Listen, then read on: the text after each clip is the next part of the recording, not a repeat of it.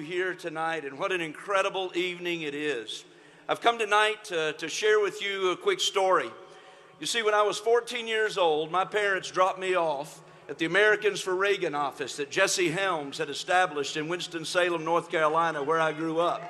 And at age 14, I had the privilege of stuffing envelopes and making phone calls and putting out signs for another time in America where it was time to make America great again. And I was privileged to have that opportunity.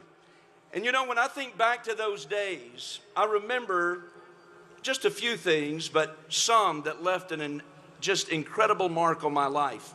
You see, Ronald Reagan taught us a lot of things and did a lot of things, but what I walked away even as a 14-year-old boy and remember to this day is he said to make America great, it's like looking at the three-legged stool. You got to have a strong domestic agenda. You've got to have a strong foreign policy, and you've got to be strong on the social issues. And Reagan said, if any one of those three legs is weakened or you try to break it off, that stool will not stand.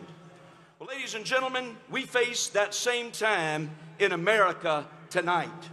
We need that three-legged stool. We have an opportunity to think about our domestic agenda, about cutting taxes, dealing with the immigration issue, and for heaven's sake, let's have a leader who believes in the United States Constitution once again.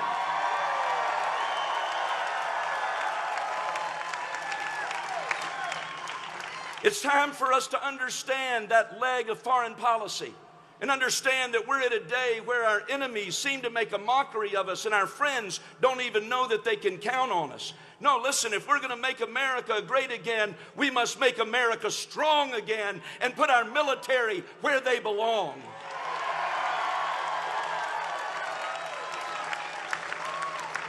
But then I would also say to you that you cannot overlook the importance of those social issues. You see, we've got to understand that we must protect the rights of the unborn child.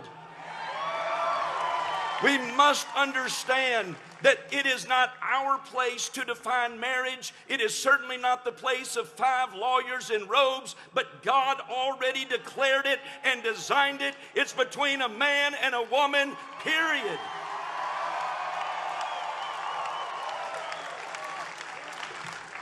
And finally, we've got to protect the religious freedoms in this nation. We are seeing the lights of religious freedom threatened, and they're going out one light bulb at a time. And it is so critical that we have a leader who understands that. You know, we've heard an awful lot in recent days about the personalities. We've heard a lot in recent days about the temperament. We've heard a lot about emails. We've heard a lot about charges. We've even seen a lot of things that say this is decision 2016. Well, ladies and gentlemen, I don't think it's decision 2016.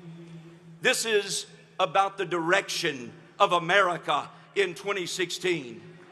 And the direction will be, are we going to rebuild America with a strong domestic agenda, a strong foreign policy, and strong on social issues? Because if we are, there is only one candidate in the race for President of the United States who represents the candidate that will stand on that three-legged stool, and that, ladies and gentlemen, is Donald J. Trump.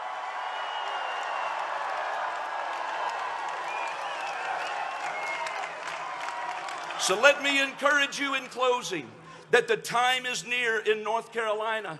North Carolinians have come together before, and North Carolinians will come together again. Early voting starts in less than a week now. Next week, on Thursday, October 20th, early voting will begin. Absentee ballots are already being cast. It is our responsibility.